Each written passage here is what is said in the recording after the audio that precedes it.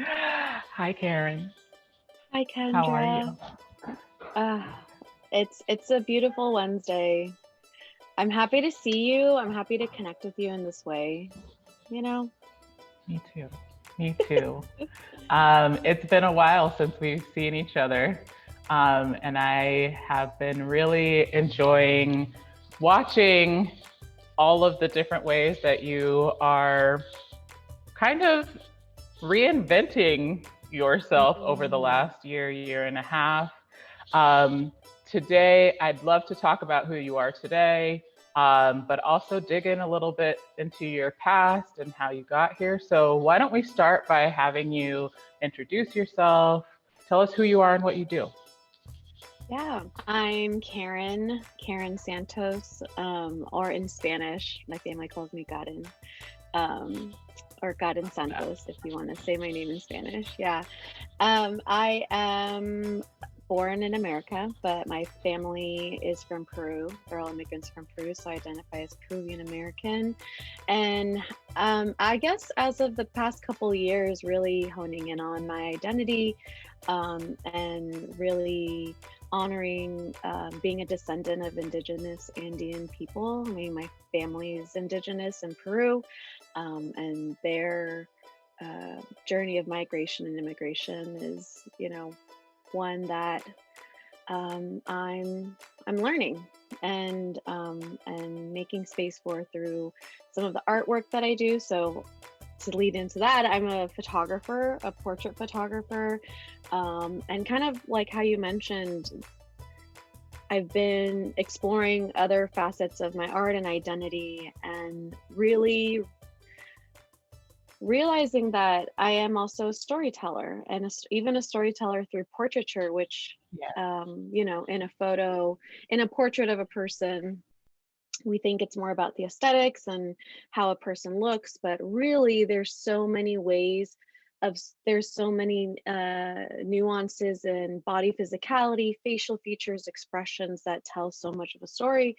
And yeah, learning that, but also more literally storytelling of at least privately, right as of right now, I'm a little bit more privately and personally archiving stories for my family. So yeah, I'd say all around, I am an artist, and not just through photography, but also through music as well, which is something I'm exploring again, because that's been my first passion in the arts, has been through music. Um, and then it wasn't until I went to art school for photography that that's kind of the artistic identity I took on for the past 10 plus years. So yeah, it's been a journey. You mentioned photography, but Mhm. I know you recently launched a creative nonprofit. So I wanted Mm. to ask you, um, what that has been like and what it's about. And Yeah, I am also a as of recent, and that's why I think I didn't bring that in my introduction because it's still so new. But I am a co-founder of By and For, which is a creative nonprofit servicing our BIPOC communities through acts of service of photography, specifically commercial branding photography for small BIPOC businesses, freelancers, entrepreneurs, that we offer photo services quarterly. So that, and then also a co-founder of Astute Agency, which is a creative collective of um, an inclusive community of artists of all different types of disciplines. So that's kind of been on a bit pause and hiatus as well. But it's all in flow and in flux in managing both of these uh, creative endeavors as well as my own. I would see, because of everything that was going on about stepping up, whether it's through donations and how can we help our communities that have been suffering from the pandemic. I wasn't in a place to donate chunks of money because I wasn't really receiving much, but I did have this high quality skill set that I'm like, oh, this is how I can give back. yeah, So yeah, it was a combination of all of these things, kind of like becoming to a point and realizing, like, okay, well, if anything we have right now is time. And yeah, so she and I slowly, developed this idea and wanted to make sure that not only were we honoring the people that we wanted, our own community, but also the artists themselves. So finding a good balance of like, okay, what would be fair for both parties, um, and and yeah, and truly just like amplifying our own community and all these small local businesses. I mean, like that's what America's run on, and it's a lot of our own friends and communities' livelihoods. So yeah, that's why we started it. And use the resources or skill sets you have. You can still give with the resources you have. It doesn't Yes. have to be like money. So that's where the idea Yes. kind of came from, and how it all just like naturally um, unfolded for I us. love that you mentioned um, the idea of, before money, before currency, this is how our communities worked together. And especially, I'd say, in communities of color, this idea of collective, Mm, growth and learning and success, it is and was so valuable in our hmm cultures. And I really love that through the last year and a half that it's come back, that this idea has come more to the forefront, and that the capitalist mindset is kind of taking a back seat a little bit. I think hmm that's so exciting, and I think that you and Allison are really are perfect examples of how we can implement that. And I, knowing people within your community and the things that you have done to help uplift them, I can confidently say that you embody that. You embody this idea of like mm. collective growth and celebration, and I think that's so beautiful. I think that that's the direction we all need to be heading in. Yeah, as we get reacquainted with who we are and who we were. Beautiful. That's so beautifully expressed, Kendra. Like, yeah, a huge part of it is, you're right, like a it's our ancestral upbringing to be this collective. And I even recognize that if within my own immigrant family, even them immigrating to the US, they each supported each other one by one, or helping each family member come over one by one, even extended cousins, like, because ultimately we were this bigger collective, not just like our own nuclear families, but you really help out those, like the little that you have, like, how can I help for the collective good and to bring our family units and community together. Um, and and yeah, I think that's so beautiful. I think a huge part of that has been embedded in me because of that upbringing, and recognizing that within our own community, within my own Latino or Latinx community and family. And yeah, I've seen that too in a lot of like BIPOC communities, and especially immigrant families. So um, and that's what's been so interesting too. A lot of these businesses are either immigrants or first generation or even second generation. So everyone's kind of has a familiarity with this loving acts of service, Mhm.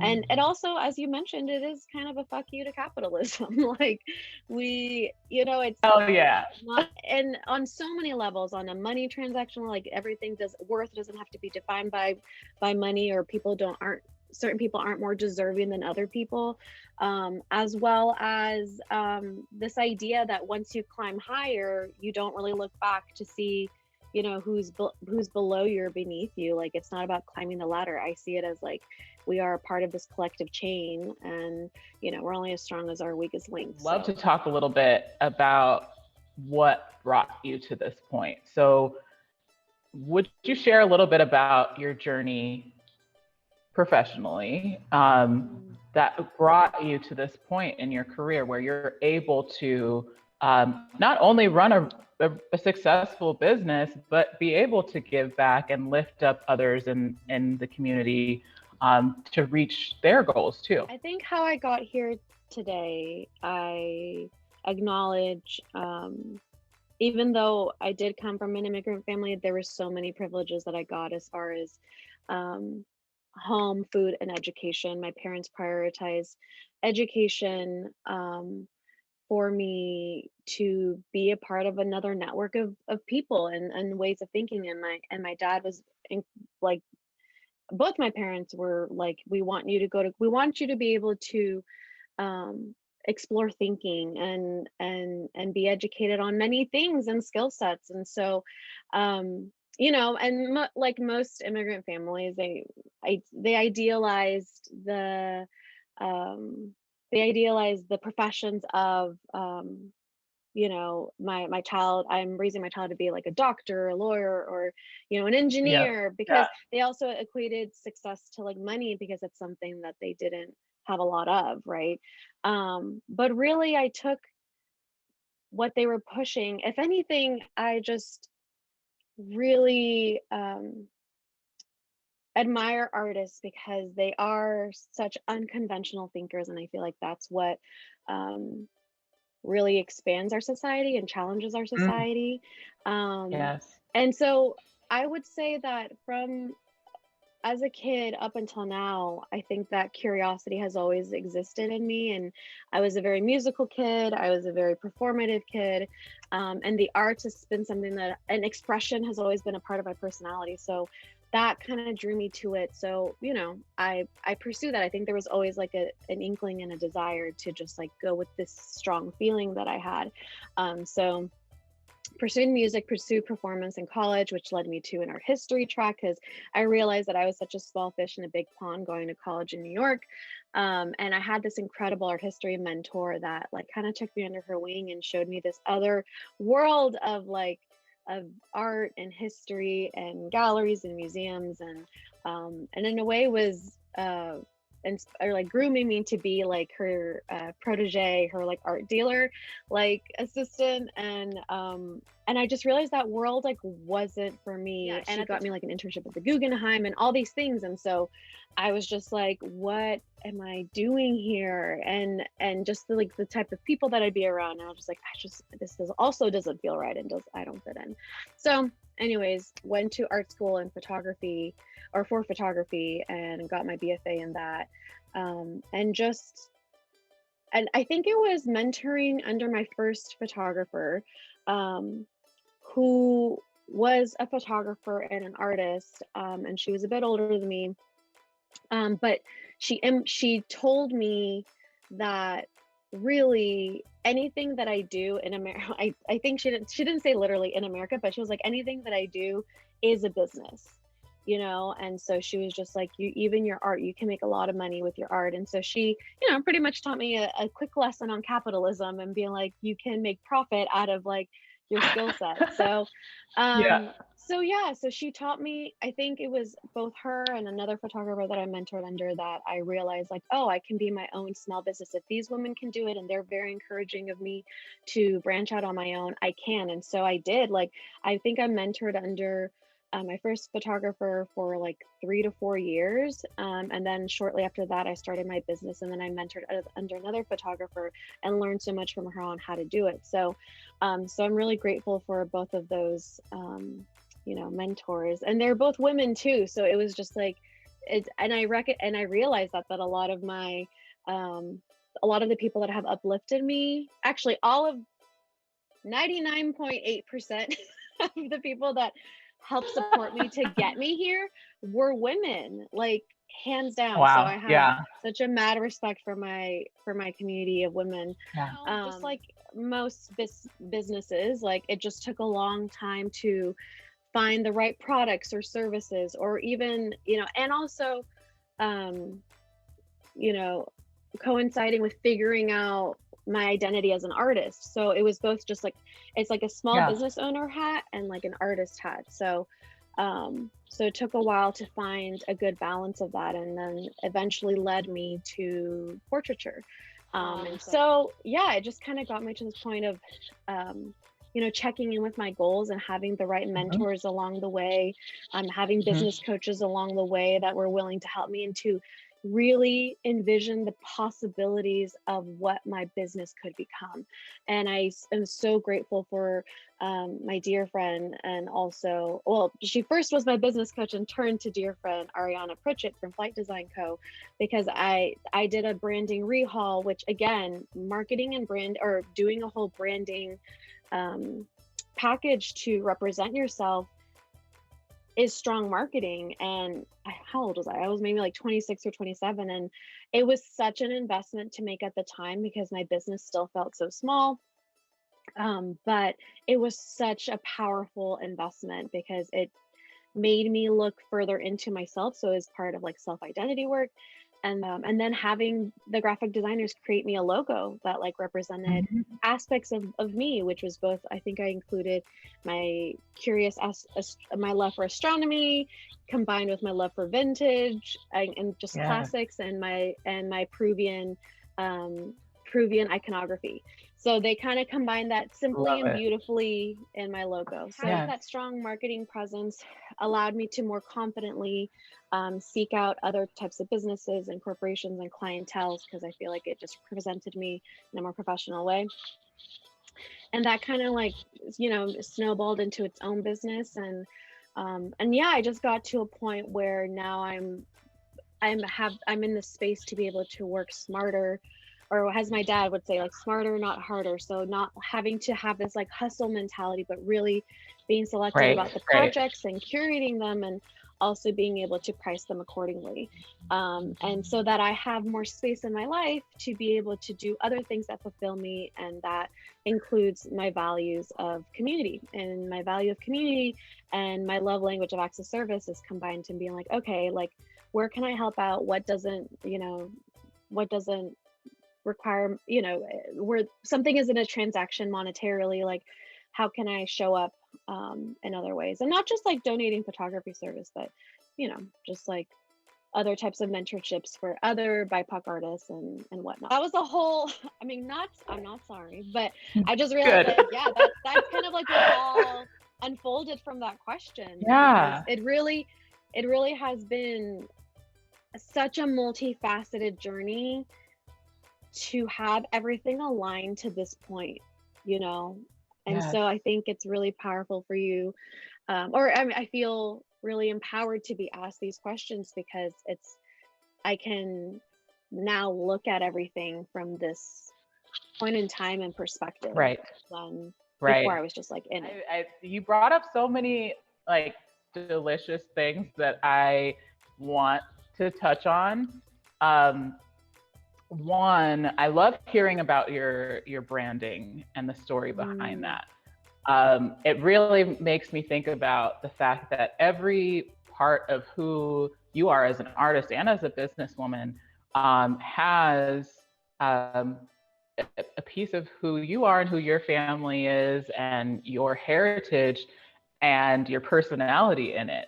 I think that's so beautiful, especially in a world, in a society, at least from my perspective, that is so, for lack of a better word, fake. mm. um, to see just authenticity kind of pouring out of every facet of what you put out, what you give to the world. I think that's so Well, amazing. thank you for seeing me that way. Uh, I Yeah, I agree with you. I think a lot of times people, products, business brands can feel so commercialized and so gimmicky. And I even catch myself sometimes where I'm just like, am I being me, or am I being this persona that I'm in a way being brainwashed or conditioned because I am saturated Yeah, with this in social and you're media and human. in these other things. And I'm human. So, and Yeah, also as a former performer, I latch on to like gimmicky things. I latch on to like, ways of existence, because I'm physically, I'm also curious, and can take on like, mannerisms or ways. And like, yeah. And I'm really fascinated by influencer culture, and like um yes, how it's such a big thing now. And it we've is. been, as millennials, we've seen this, from like, the MySpace, Facebook days. And, I remember just being like, what was that thing on Facebook? It's like, Karen Santos is, and then you'd fill in these things. And then here we are like, hi, everyone, like, welcome to my day. And I'm going to show you how I make the best matcha latte, like, yeah, Oh yeah. my gosh, what a wild journey we've been on in our generation. It's so interesting to see the monetization of just personhood and personality, and that becoming a money making business, just being appealing and attractive through your personality to the world. I think Hmm. that's so, I too, I'm really fascinated by it. And I have found, just in my, small, I don't want to say small, but my sphere of influence, this challenge of, okay, am I doing things to cater to this audience, or am I really showing myself and doing this because I want to? How you mentioned that you check in with yourself, to and ask yourself kind of the motive behind that. Um, have you ever had to change course because you found that maybe you were leaning too far in the, I'd say, gimmicky, or yeah, doing things for your audience versus doing them because it's how you're expressing yourself?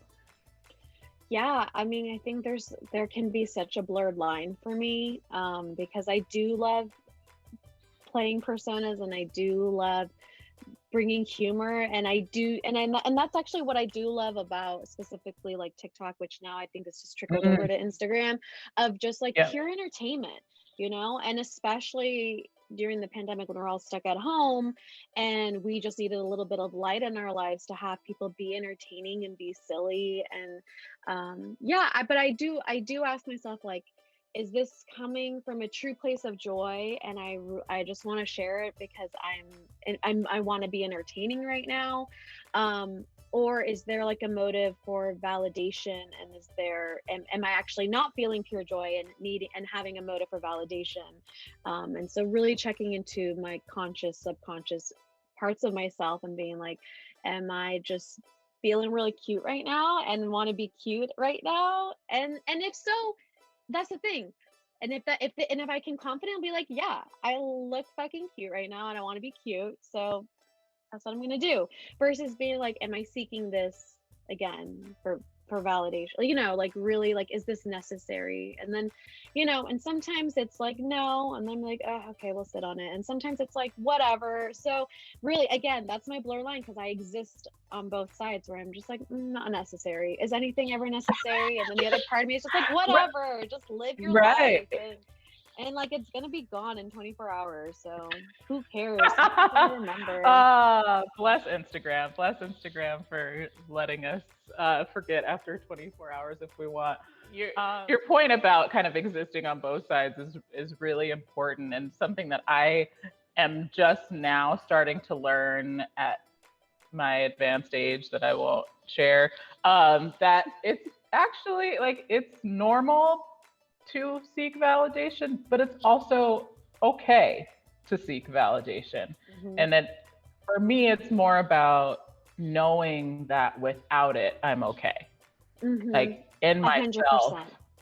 right? In myself, I know 100%. that the validation that I need. When you actually have your hype squad of friends that like honor you and Mm, celebrate you when you are feeling cute and put that online, and then also love and honor you and hype you up even when yeah, they see you behind the screen and you're like yeah, not in the best place and whatnot, and they're still like, you're still shining and you're still fucking yeah, cute even if you're sad yes. right now. And so yeah, I completely agree. And I think that's also what can be empowering. I mean, ultimately we are in this social experiment of what the effects of this are on our psyche. And I think that Yeah. duality can exist, like all dualities can exist. So, I completely agree with you on that, like, yeah, you're you're allowed to do whatever you want. And just as long as, like, again, it feels true to you and you can feel okay without it, then good. I was thinking about the journey that you've had, and because we have talked a bit about it before, and how impressive it's been. I mean, you've done some Mm. incredible work with incredible people, known and unknown. And I'm wondering, was there ever a specific experience, a shoot, a portrait you did, yeah, or a piece of or a work that you produced that really changed how you saw yourself and your skills, and your ability to create? That's a really great question. Um, yes. You know, I can't say that it's like one specific shoot, but I think it's like that certain chapters of my career that um, were affirmed through the clientele and through people seeking my services. And it's interesting because I've been actually thinking a lot about the commodity of one's own art, and does it have to have value? But again, then there's that part of it, right, of one's artistry, but then there's also the small business side of it, or the business side, where it's just like, I also got to make bread and butter, and I also would like to create a nice retirement, and Yes, just like all these other yes. things we need to take care of for ourselves living in this capitalistic society.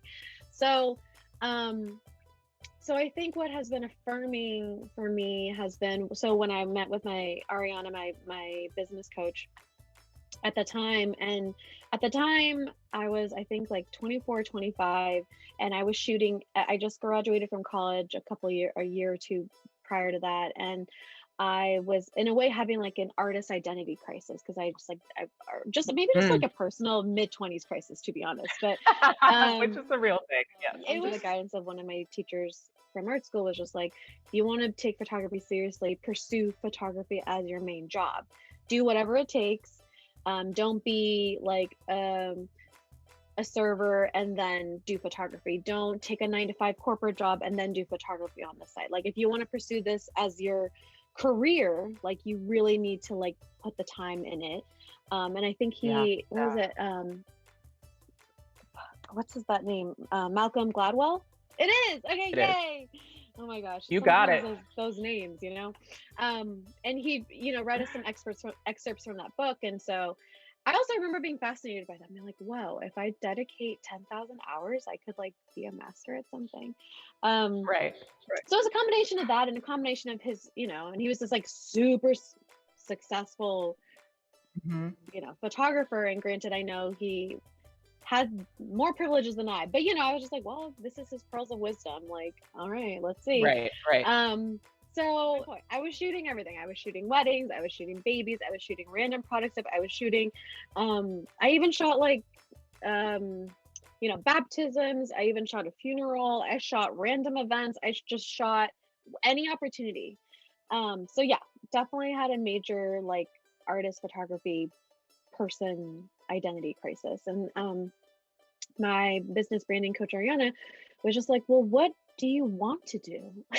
She didn't say it like that, that's how I remember her saying, like, well, what do you want to do? What is your dream? Like, Right. Right. what would be this dream situation? And I was like, I would love to just like create like with other artists and create imaginative Yeah. portraits, and get weird and experimental, and have people, be able to perform in front of the camera and emote and tell stories with their body and their expressions. And she's like, well, why don't you? And I'm just like, oh my gosh, why don't I? I was like, because will I be able to make money off of that? She's like, and Mm. just like every you hear this a lot, where like, pursue your passion and the money comes or the money follows. I'm so good at these like wisdom tales, whatever that saying is. At least in my case, it's been true. And what started off as like a 30-day trip to New York to re-photograph my creative community of performing artists that lived out there. I think at the time I was looking back, I was like cleaning out one of my external drives from that year. I had a little price sheet that I would send them and be like, hey, it's like a $50 sitting fee. Like it's a $50 sitting fee and I'll, give you X amount of photos. So that's how it all started. And the $50 was really like, I would have done it for free, but I was just like, well, I got to eat there, and like I got to pay, the commute to get there and all these things. Right. So on a right. very small level, I was like, I need a little something from this. And that created the body of work, of what I imagined. And from that snowballed, people seeking me out for that. And that was affirming me that I was just like, oh, I can create and have this life that I wanted and imagined. And it can take care of, and granted, there was a couple of years that were like just making ends meet, but at least there was a consistency, right? I was like, okay, now the next goal is not to just make ends meet, but to be able to like make profit off of this, to have the confidence and power to be like, what I'm providing an experience, and I'm providing a high quality service, and I'm have good quality gadgets and tools and things and resources to make sure your images are top notch and all the things. So that creative community really affirmed the potentiality of my possibilities in doing this. And so now from that body of work, other companies and brands and businesses seek me out because they're like, ooh, I love what you created here, and so yeah, that has been really, really validating, and has led me to just like, yeah, like you said, like these random situations, like being able to photograph for the Kamala Harris presidential campaign and doing portraits for them because my Connect knew I did portrait work and loved the way I just photographed, people, and was just like, I would love for you to, come do that. And same with like Adobe and Visco. They're like, we love how colorful your work is and how genuine the expressions are of people. Like, we would love for you to photograph some imagery for us. So, so the work being seen in that way and the way that I intended it to, has just, really affirmed me continuing to pursue this professionally and as a business. It sounds like, that you really cut your teeth, so to speak, in that trip to New York in those 30 days. I'm sure you racked up a ton of those 10,000 hours from that. It's so interesting. You're the second person in like the last few weeks that has mentioned that framework. And I hadn't really heard it before, which is interesting, but the other person, it was another artist who mentioned it, and he said that you automatically think, okay, I have to be doing 10,000 hours of singing or sitting in front of my piano, doing scales, or for you, I need to take 10,000 hours worth of photos. But really, it's also the other activities that are happening along the way too that build your expertise. It's not just the thing, the actual what you're producing, but also the thinking, the strategizing, the planning, the even the bookkeeping, and the all of that is part of building your expertise as an artist, or in any business. Sometimes as consumers and as customers, we forget about everything else that goes into it and the years of experience that go into what we're consuming or what we're buying from you. And I wish that was more known, that your work comes with all of this experience, and not just in taking photos, but also in life. And that helps to create something beautiful. And I think that it's really unique. Your work is really unique, and I feel like I can pick it out of if somebody posts a Karen Santos photo, I'm like, oh, yep, I know, yep. I'm curious about how you view your style. And what from either your past, your culture, go is poured into your style in Mm, portraiture? ooh, ooh, I really like this question. One, because no one's ever asked it before. And the first word that came up when you said this was love. Um, because I was reflecting the other day, I was hanging out with some friends and I was reflecting on like, we were playing one of those like real talk games, one of those card games, and it was like, what values did your parents teach you that you still, take on today or still do today?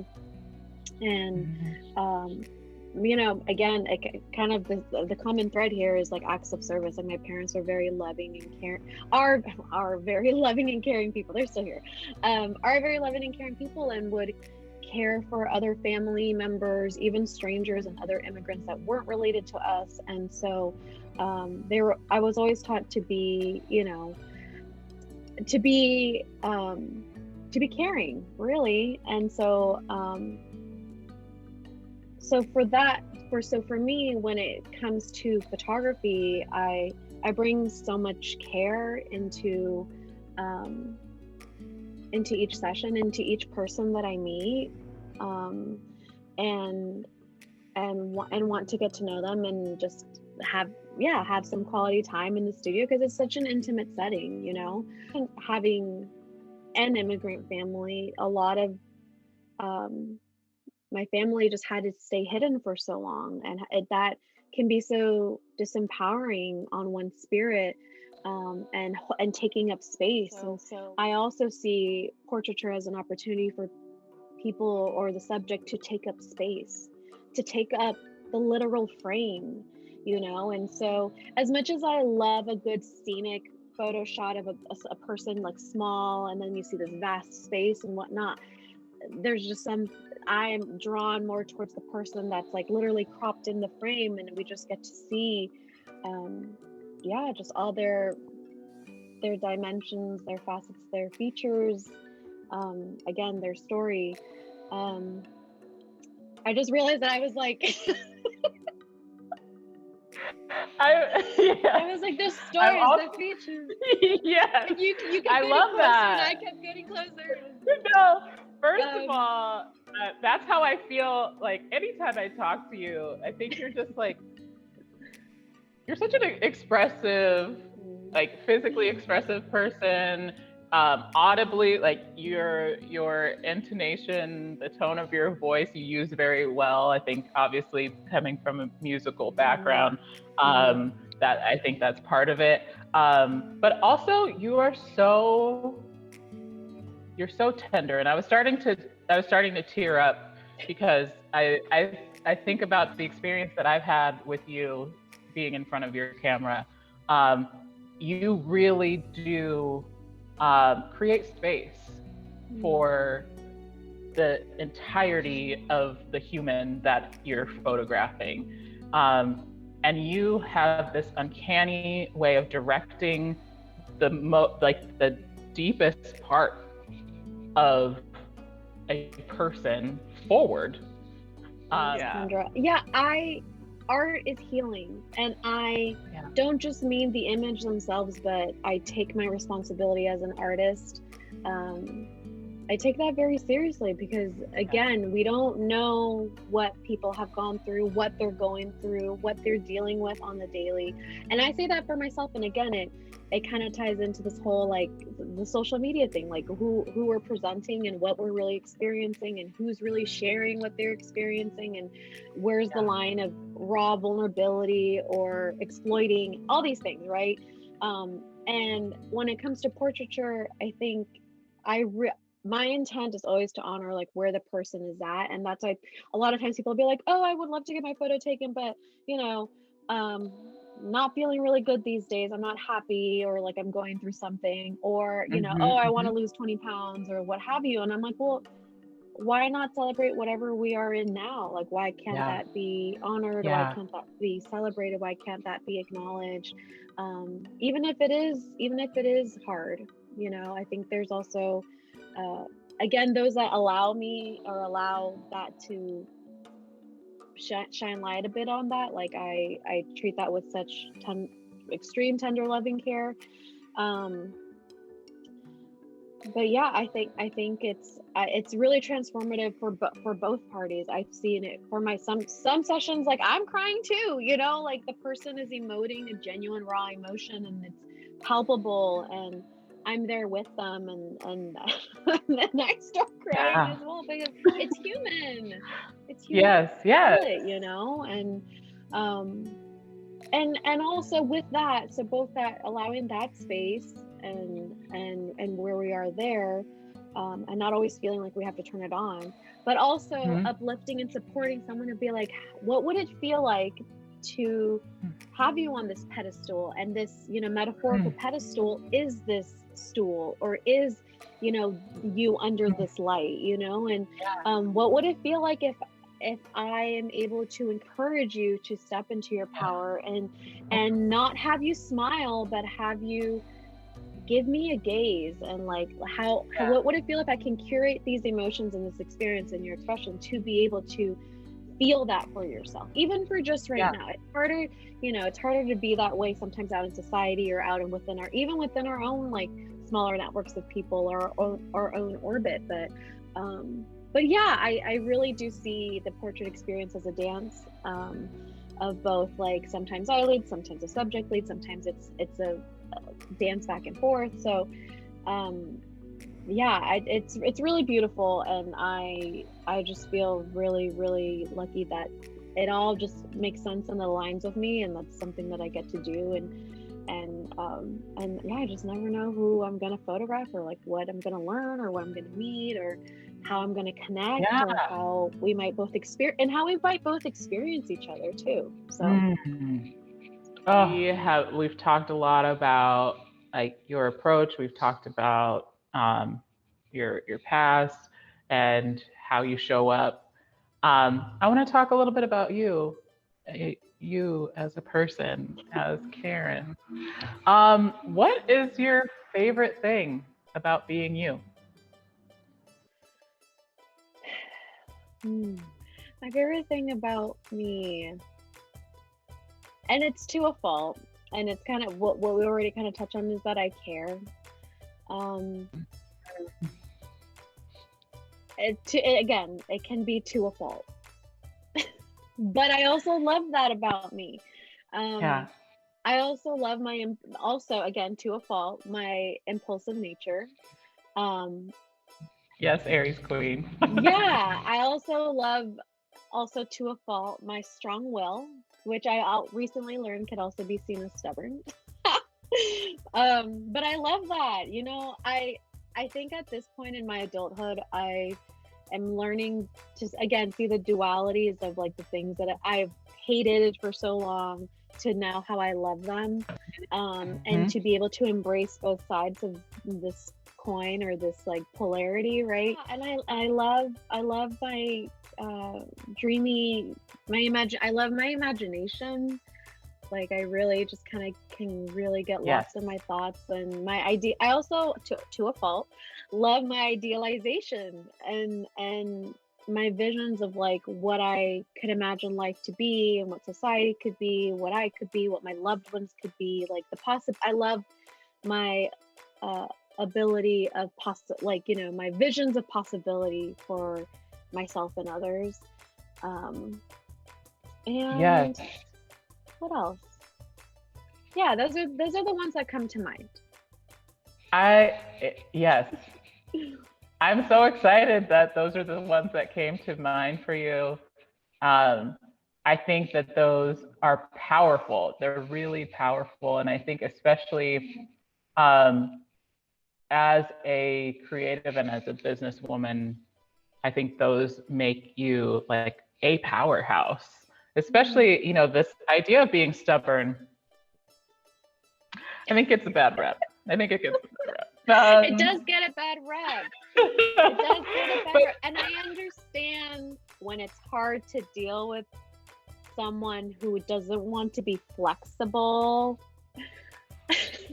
But I'm also like, but My gut is telling me, and Yes. I cannot betray Yes. myself. Oh, Yeah. Oh, sometimes, like I can't, especially when it's like real. And sometimes I really have to sit with that and being like, all right, is this anxiety or is this my gut? And sometimes I'm mm, just like, no, when I know, I know. And so yeah. I don't want to, yeah, the word is betray. Like I really don't want to betray myself and, you know, my feeling.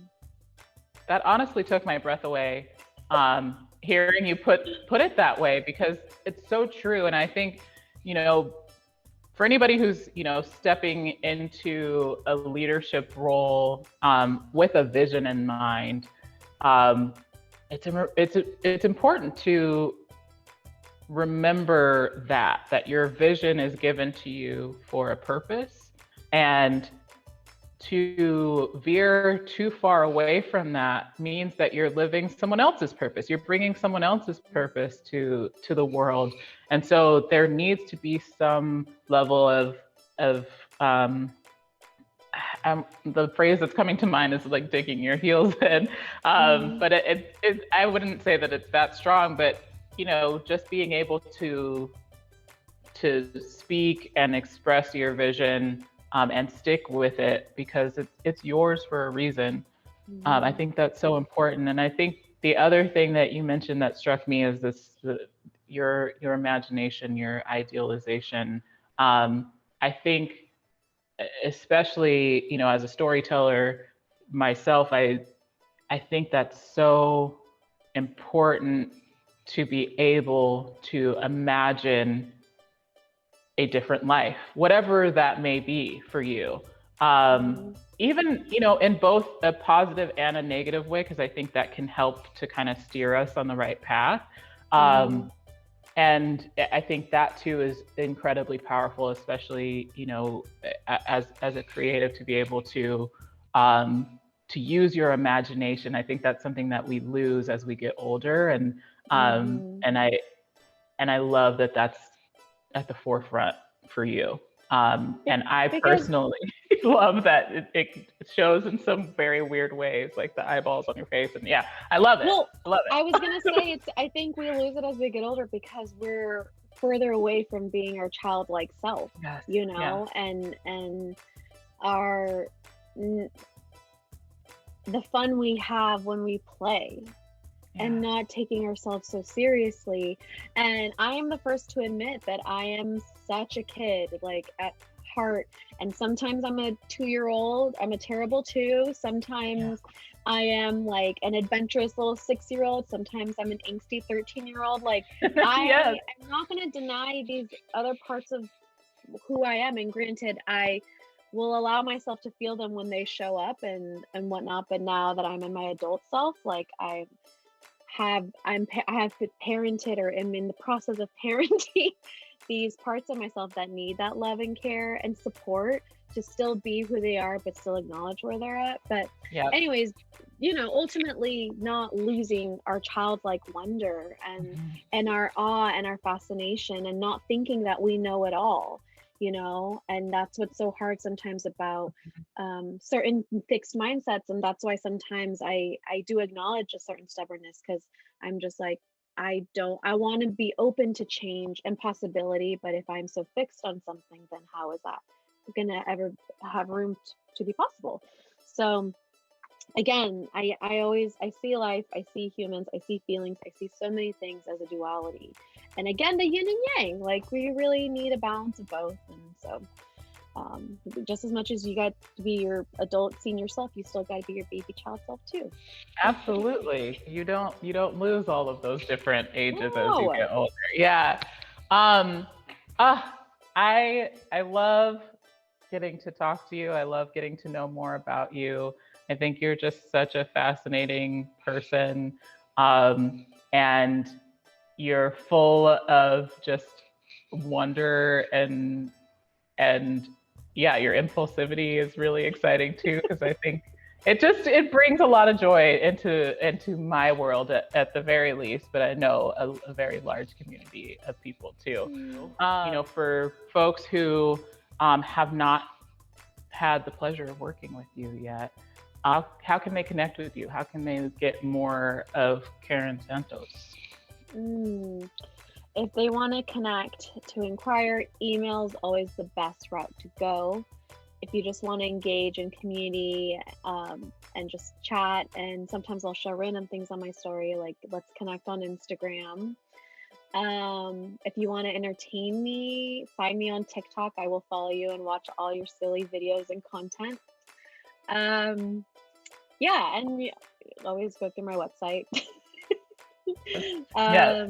Which connects to my email. So, Right. I mean, there's many modes, but I'd say if you want to inquire, email is the best route to go because then I can, if I'm not in the office, I can get back to it. Texts get lost. Like, I don't know how some people navigate their business via text. Oh, just text me and we'll figure something out. I'm like, you have to be a person that's like really on it. I try to take breaks away from my phone, so it's not the best. Or if I'm on set, it gets lost in the sea of. I just don't understand why specifically I have an iPhone. They don't have a flagging feature to like, I'll get back to this, like. Anyways, Oh, email. yeah. Yeah. We need to Email's the get way to to go. Apple on that for sure. I will make sure that, we share out all of the ways to follow you and connect with you. Um, I'm so thankful that you took the time to chat with me Ah, today. I could talk to you forever, but I'm Kendra. we wouldn't get anything done. So, uh, True. thank you so much for sharing a bit of your heart with us today. I'm so appreciative, and I'm looking forward to seeing more of your story unfold. Thank you, Kendra, for allowing the space for me to share it. Yeah. It's new. It's really been new, and you have been such an integral part of me taking up space from this Mm, like from outside of the lens. yeah. I think a Yeah. lot of people know me, especially those that have like worked with me or follow me, like either created with or only know me as a photographer. Mhm. And I try to share bits of myself online that feel again authentically to me, but it's really nice to have someone like be and tap into those introspective thoughts and other more intimate conversations I have outside of social media to be able to take up because it's all you know it's all relatable, Yes. especially within Yes. our own BIPOC community. And so I'm really Yes. grateful that you have me on your Oh. platforms. Yes, yes, it's my pleasure, and I really hope that through these experiences you feel more understood, more seen, heard, and felt. So, um, Hmm. yeah, thank you so much, Karen. I'm sure we'll be chatting again because we'll want more of you. Here for you always, always. All right, thank you. Thank you. Do I just leave?